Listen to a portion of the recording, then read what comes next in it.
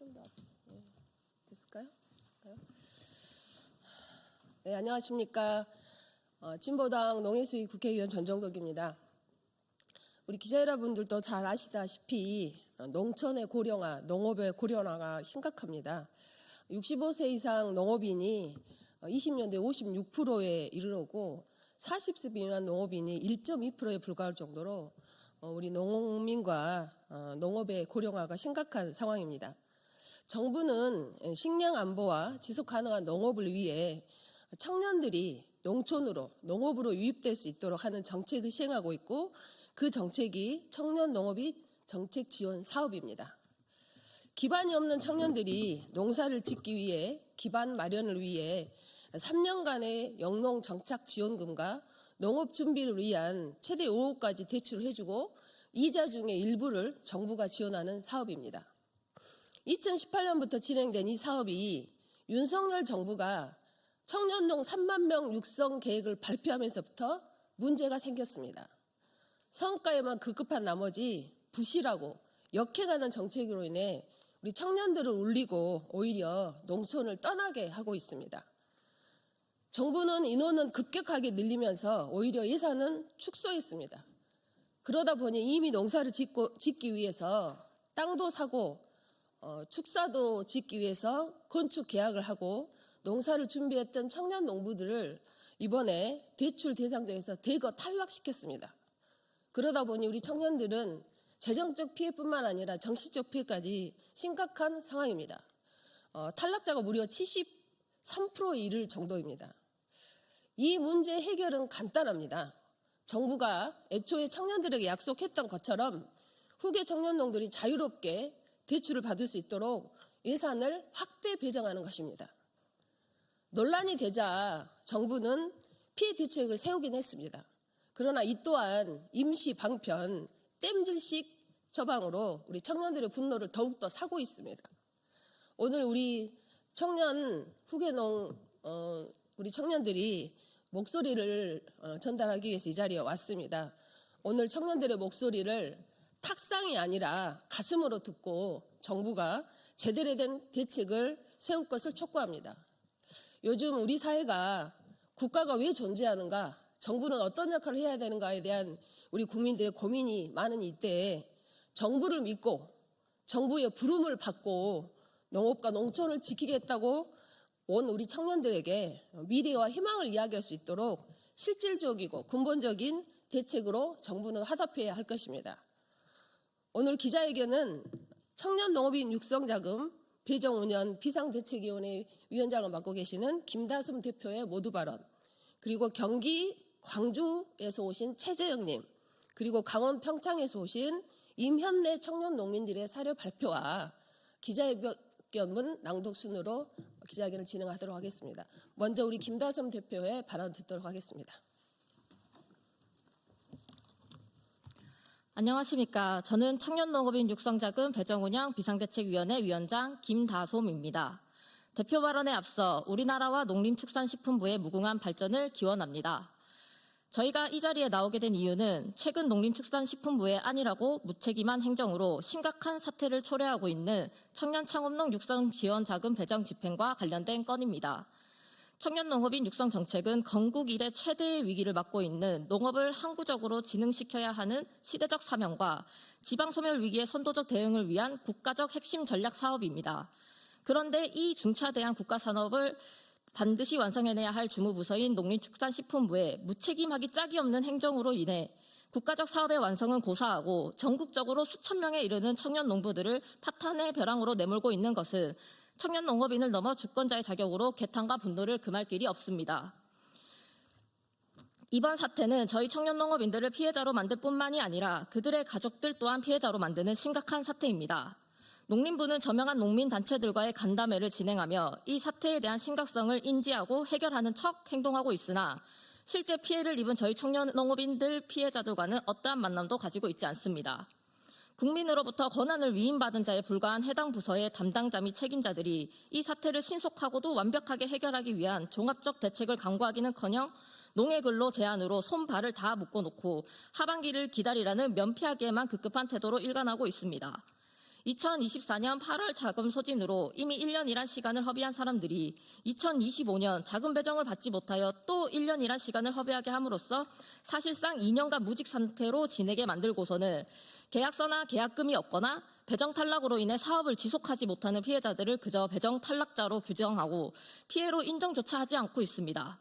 농림부는 1월 20일 피해를 복구해주겠다는 명목하에 계약서와 계약금 유무, 지급 방법 등으로 피해자를 선별하여 2차 가해를 시작했습니다. 더군다나 이번 피해 복구를 계약서 날짜를 기준으로 1순위, 2순위로 나누고 위에 해당하는 내용이 없는 피해자는 피해 복구조차 해주지 않겠다 선언, 가장 악의적인 행정이자 국가적 폭력을 행사하였습니다. 배정 운영을 예산 부족에 의한 것이라고 인정하기는커녕 청년 농업인들의 탓을 하고 추가 배정 계획의 2순위 계약서 인정 기준으로 인해 사실상 잠재적으로 계약서를 항시 들고 있고 자부담으로 계약금을 꼭 입금해야만 언제든지 배정이 가능해 보이게 하는 행태는 본인들이 이제까지 진행한 행정이 잘못되었음을 자백하는 동시에 기존의 상시 사업과 다를 게 없어 기존 상시 사업의 방식이 옳았다는 방증이며 기존의 적법 절차에 의해 선정된 피해자들의 권리를 일거에 묵살하는 국가적 만행이 아닐 수 없는 것입니다. 하여 우리 비상대책위원회는 하반기 자금을 상반기에 집행하는 등 추가 예산을 충분히 확보하여 차별 없이 단 한 명도 빠짐없게 피해자 전원 일가 피해 복구를 요구하며 배정 운영의 철폐와 육성자금 운영의 정상화를 이행하기를 강력 촉구합니다. 2025년 1월 22일 청년농업인 육성자금 배정 운영 비상대책위원회 1동. 우리 경기 광주 최재형.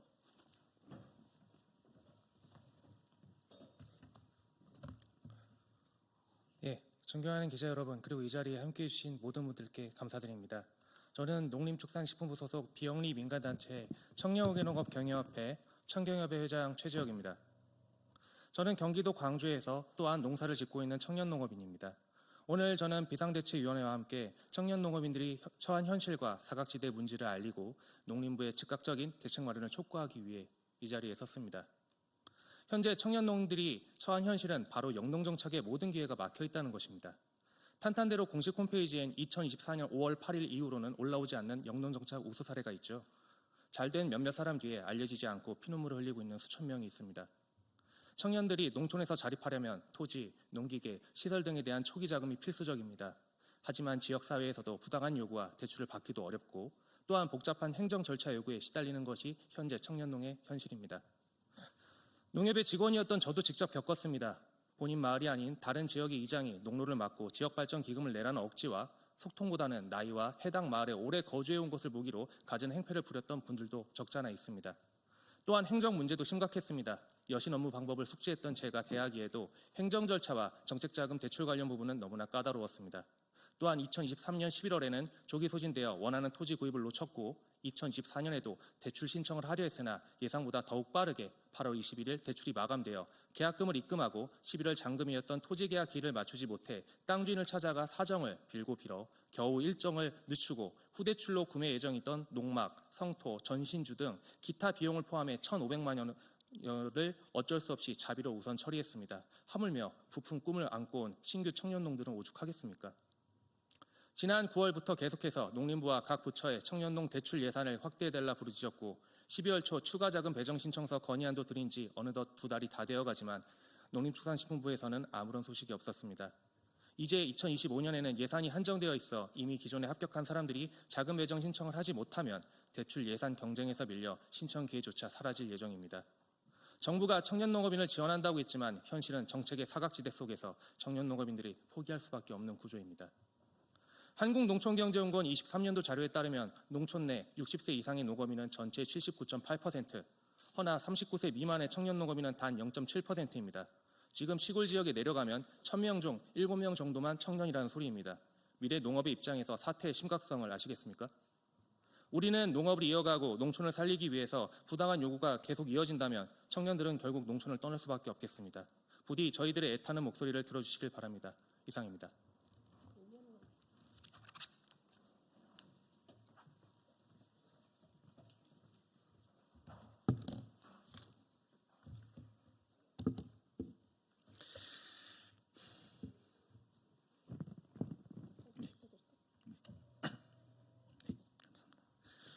안녕하십니까. 저는 2024년 선정자 강원도 평창에서 양송이 재배를 준비 중인 임현래라고 합니다.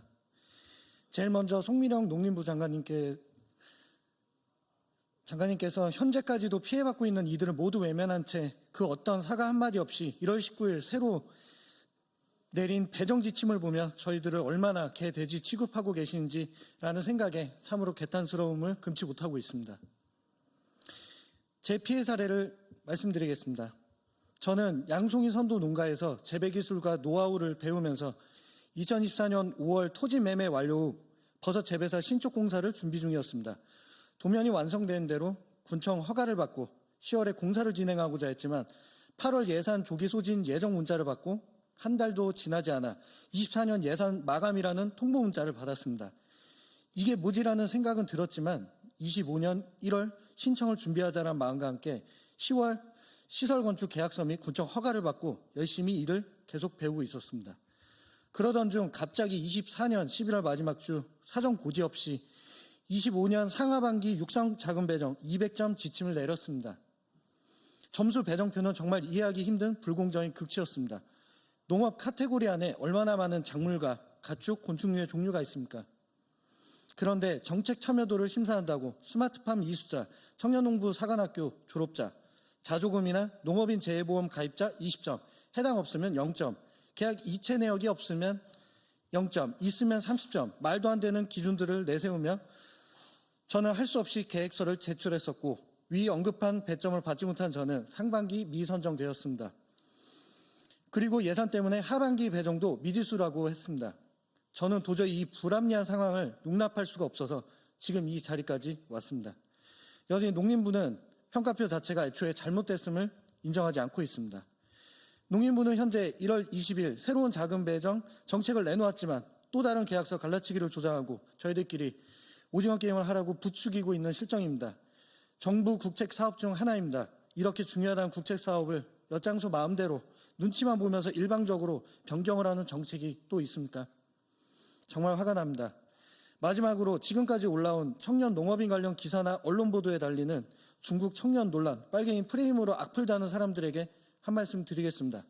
저는 강원도에서 태어나고 자란 대한민국 국적을 가진 한국인이자 북한군을 주적으로 여기는 대한민국 해병대 만기 전역자입니다.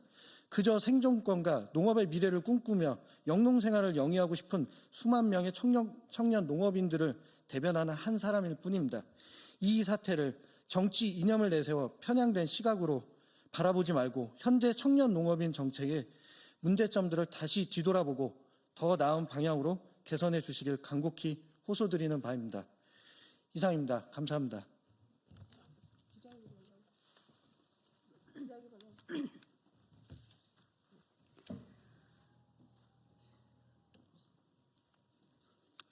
육성자금 땜질 처방 청년농에게 2차 가해, 실패한 배정 운영 즉각 철폐하고 상시 사업으로 정책 정상화하라. 송미령 농림부 장관은 국회에서 청년 농업인들을 직접 만나 해결하겠다는 답변을 지키지 않고 방관하며 제대로 된 피해 구제 대책은커녕 1월 20일 농림부의 육성자금 추가 배정 계획안을 통해 일방적 피해 복구 기준을 세워 피해 입은 청년 농업인들을 또다시 선별하여 갈라치기와 2차 가해를 하고 있다. 농림부는 사기에 가까운 전례 없는 행정 지침으로 청년 농업인들을 불확실한 미래로 내몰아 절망과 고통 속에 가두며 벼랑 끝으로 내몰고 있다.